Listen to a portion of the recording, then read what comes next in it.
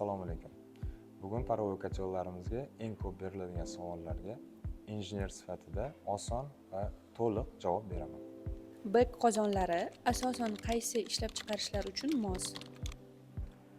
Bizning bu qozonlarimiz asosan oziq-ovqat korxonalari, ishlab chiqarish liniyalari, to'qimachilik sanoati va boshqa sanoat bug'i kerak bo'lgan barcha sohalarda ishlatiladi.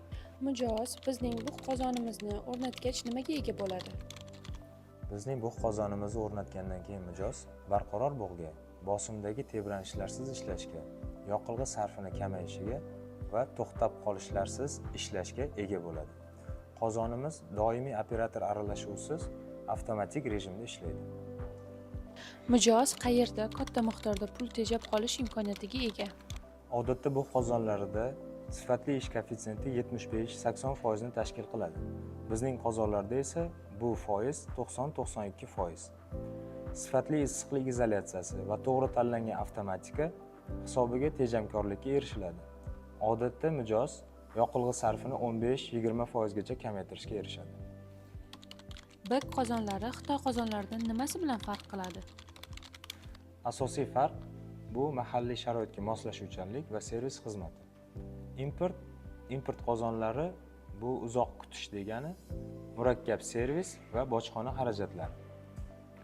Biz qozonlarni shu yerda ishlab chiqaramiz, tezda ishga tushiramiz va servis xizmatini joyida ta'minlaymiz. Bizda ehtiyot qismlar doimo mavjud. Parovoy kotel qanchalik xavfsiz va qancha yil xizmat qiladi? Parovoy kotel ko'p darajali xavfsizlik tizimiga ega. Ular bosim, issiqlik va suv sathi nazorati. Bizning parovoy kotellarimiz uzoq muddatli sanoat uskunasi hisoblanib, agar to'g'ri ekspluatatsiya qilinsa, xizmat muddati 10-15 yilni tashkil etadi. Mijozlar parovoy kotel tanlashda eng ko'p qaysi xatolarga yo'l qo'yishadi? Asosiy yo'l qo'yiladigan xatoliklardan biri muhandislik hisobisiz parovoy kotel tanlash. Bu haqda biz to'liq video qilganmiz. Agar videoni ko'rmoqchi bo'lsangiz, описаниеda silka qoldiramiz. Shu silka orqali ko'rishingiz mumkin. Qozonni qachon almashtirish yoki modernizatsiya qilish kerak? Yoqilg'i sarfi oshsa, tez-tez to'xtab qolishlar bo'lsa, bug' bir me'yorda chiqmasa, bu korxona pul yo'qotayotganini anglatadi.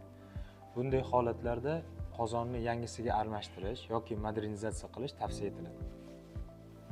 Videomiz foydali bo'lgan bo'lsa, kanalimizga obuna bo'ling. Bundan da qiziqarli, foydali ma'lumotlar keyingi videolarda bo'ladi.